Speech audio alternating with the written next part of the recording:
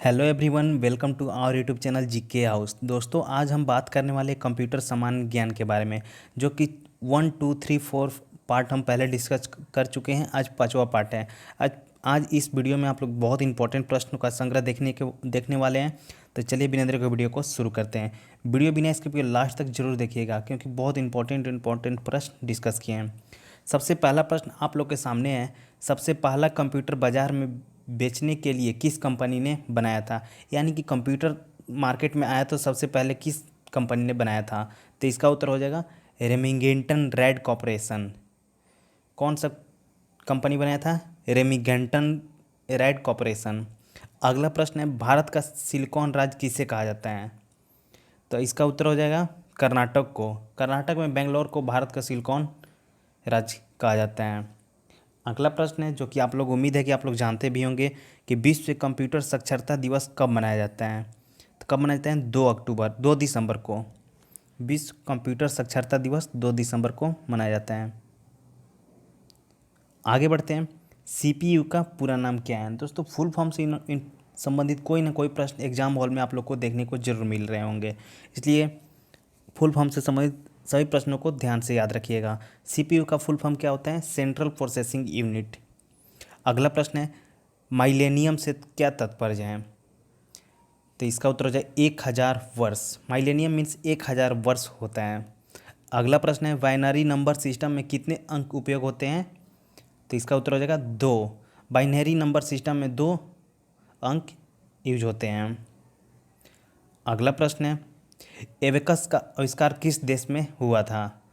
तो आप लोग को बता दें कि एबेकस का आविष्कार चीन देश में हुआ था। दोस्तों, ऑब्जेक्टिव क्वेश्चन ये नहीं है, वन लाइनर डिस्कस करें कि वन लाइनर क्वेश्चन आप लोग को बहुत जल्द याद हो जा रहा होगा, क्योंकि इसमें कोई कन्फ्यूजन नहीं रहता है कि इनमें कौन सा ऑप्शन होगा। सीधा आंसर आप लोग का सामने रहता है, जो कि बहुत आसानी से याद हो जाता है। इसलिए आप लोग कमेंट करके बताएं कि आप लोग का कौन सा अच्छा लगता है, ऑब्जेक्टिव या वन लाइनर।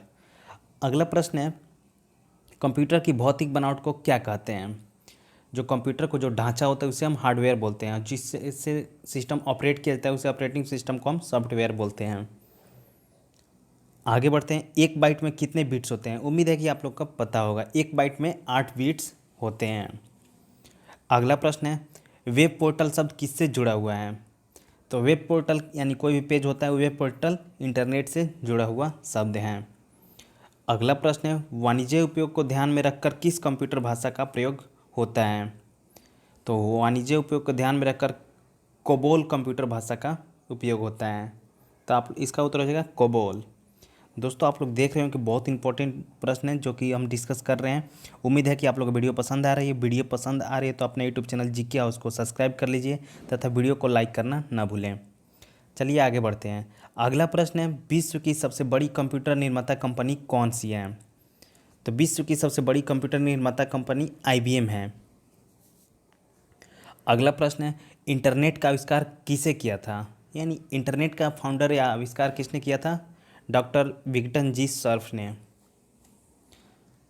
अगला प्रश्न है, भारत का सबसे पहला साइबर ग्रामीण केंद्र किस राज्य में संचालित हुआ था? तो आप लोग का इसका उत्तर हो जाएगा उत्तर प्रदेश। उत्तर प्रदेश में साइबर ग्रामीण केंद्र का संचालित हुआ था।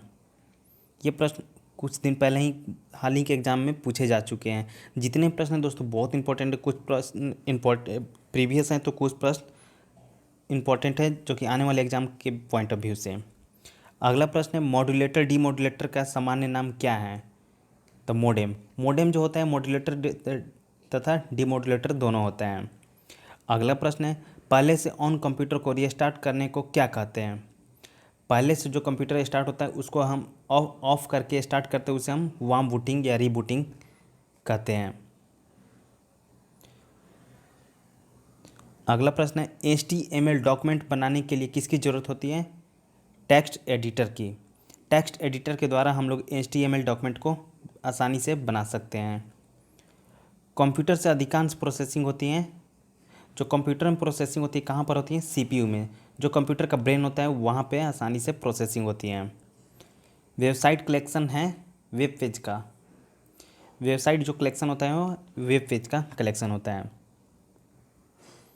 अगला प्रश्न है, किस प्रोग्रामिंग लैंग्वेज को ट्रांसलेटर की ज़रूरत नहीं होती है? तो इसका उत्तर हो जाएगा मशीन लैंग्वेज का। मशीन लैंग्वेज जो होता है दोस्तों, वो मशीन लैंग्वेज में प्रोग्रामिंग लैंग्वेज के ट्रांसलेटर की ज़रूरत नहीं पड़ती है। अगला प्रश्न है, एक्सपैंशन कार्ड में इंसर्ट किए जाते हैं स्लॉट।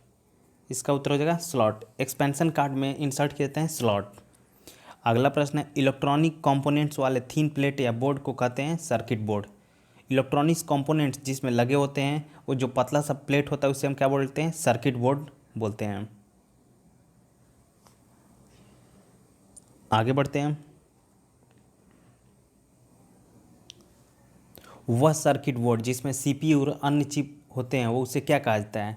यानी जो कंप्यूटर में सीपीयू सब पार्ट्स मेन पार्ट्स लगे रहते हैं, उस मेन पार्ट्स को हम लोग मदरबोर्ड बोलते हैं। जब भी आप लोग कंप्यूटर खोलते होंगे या कोई भी उपकरण खोलते होंगे तो उसमें देखते होंगे एक बड़ा सा बोर्ड रहता है, तो उसमें बहुत छोटे छोटे कंपोनेंट्स जुड़े रहते हैं, उसे हम लोग मदरबोर्ड बोलते हैं। अगला प्रश्न है, विशेष प्रकार के संगीत उपकरणों को साउंड कार्डों को कौन सा पोर्ट जोड़ता है? MIDI port. MIDI पोर्ट के द्वारा साउंड उपकरणों को हम लोग जोड़कर साउंड आउटपुट कर सकते हैं। आगे बढ़ते हैं। अगला प्रश्न हम लोग सामने है, पास्कल है। पास्कल क्या है? पास्कल एक कंप्यूटर लैंग्वेज है, कंप्यूटर की एक भाषा है जिसे हम लोग पास्कल बोलते हैं। अगला प्रश्न है, प्रोग्रामन हेतु विकसित की गई सर्वप्रथम भाषा कौन सी है?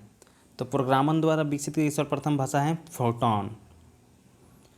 अगला प्रश्न है, वे वर्ड्स जिन्हें प्रोग्रामिंग लैंग्वेज ने अपने स्वयं के उपयोग हेतु अलग रखा है, तो इसका उत्तर है रिजर्व्ड वुड्स ने। रिजर्व्ड वुड्स ने प्रोग्रामिंग लैंग्वेज में अपने स्वयं के उपयोग हेतु अलग वर्ड्स रखे हैं। आगे बढ़ते हैं। अगला प्रश्न है, प्रोग्राम हेतु विकसित की गई सर्वप्रथम भाषा कौन सी है? तो फोर्टॉन। फोर्टॉन जो लैंग्वेज है प्रोग्रामिंग के लिए सबसे फर्स्ट लैंग्वेज है। अगला प्रश्न है, वे वर्ड्स जिन्हें प्रोग्रामिंग लैंग्वेज में अपने स्वयं हेतु उपयोग हेतु अलग रखा है, वही प्रश्न फिर से रिपीट हो रहा है दोस्तों, रिजर्व्ड वुड्स ने। आगे बढ़ते हैं। किस प्रोग्राम का चित्र के रूप में प्रदर्शन करता कहलाता है? तो इसका उत्तर है फ्लो चार्ट। फ्लो चार्ट के द्वारा चित्र के रूप में प्रदर्शन किया जाता है। कोई भी वर्ड्स क्या कोई भी प्रोग्राम को हम लोग फ्लो चार्ट के द्वारा दर्शा देते हैं। अगला प्रश्न है, कंप्यूटर भाषा फोर्टॉन किस क्षेत्र में उपयोग होती है? तो फोर्टॉन का यूज विज्ञान के क्षेत्र में होता है, साइंस के क्षेत्र में होता है। आगे बढ़ते हैं दोस्तों, उम्मीद है कि आप लोगों को वीडियो पसंद आ रही होगी। वीडियो पसंद आ रही है तो अपने यूट्यूब चैनल जिक्या उसको सब्सक्राइब कर लीजिएगा, वीडियो को लाइक करना ना भूलिएगा। आप लोग कमेंट करके जरूर बताइएगा कि अगला टॉपिक आप लोग किस टॉपिक पे वीडियो देखना चाहते हैं। अगला प्रश्न है, कंप्यूटर भाषा कोबोल किसके लिए उपयोगी है? तो इसका उत्तर हो जाएगा व्यावसायिक कार्य के लिए। जो कोबोल लैंग्वेज है वो व्यावसायिक कार्य की मार्केटिंग के लिए उपयोग किया जाता है। अगला प्रश्न है, मशीन लैंग्वेज प्रयोग करती हैं न्यूमेरिक कोड को। न्यूमेरिक कोड के द्वारा मशीन अपने प्रोग्राम को रन कराती है। अगला प्रश्न है, multimedia web page, web website और वेब आधारित एप्लीकेशन विकसित करने के लिए सबसे लोकप्रिय लैंग्वेज कौन सी है? तो जावा। जो जावा लैंग्वेज होती है जो वेब एप्लीकेशन विकसित करने के लिए सबसे लोकप्रिय है। जावा के द्वारा ही बहुत सारे वेब पेज वेबसाइट बनाए जाते हैं या एप्लीकेशन क्रिएट किए जाते हैं। अगला प्रश्न है, इंटरनेट में प्रयुक्त कंप्यूटर लैंग्वेज है जावा।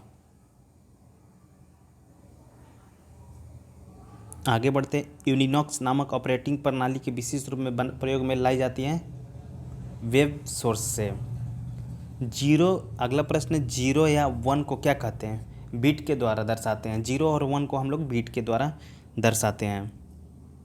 अगला प्रश्न है, 4 बिट्स के समूह को क्या कहते हैं? 4 बिट्स के समूह को हम लोग निब्बल कहते हैं।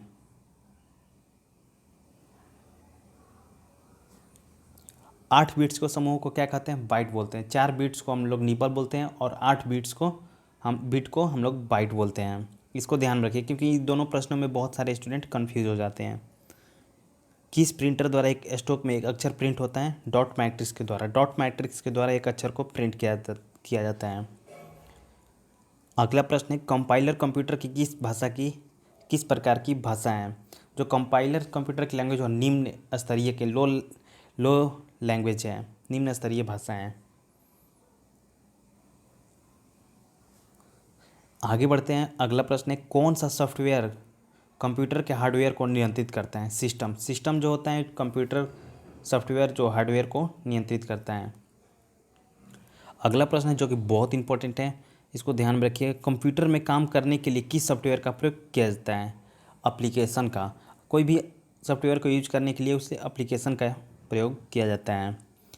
अगला प्रश्न है स्प्रेडशीट में जिस पॉइंट पर कॉलम और रोइंटर स्टेट करते हैं उसे क्या कहते हैं? सेल कहते हैं। स्प्रेडशीट में जिस पॉइंट और कॉलम और रोइटर स्टेट करते हैं उसे क्या कहते हैं? सेल के द्वारा दर्शाते हैं।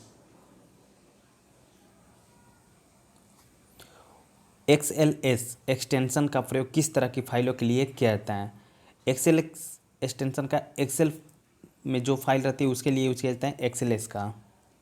ओपन, प्रिंट और सेव सभी बटन स्थित होते हैं स्टैंडर्ड टूल बार में, जो कि ओपन जिससे हम कोई फाइल ओपन करते हैं, प्रिंट करते हैं या सेव करते हैं, उसे कहाँ पर स्थित होता है? स्टैंडर्ड टूल बार में।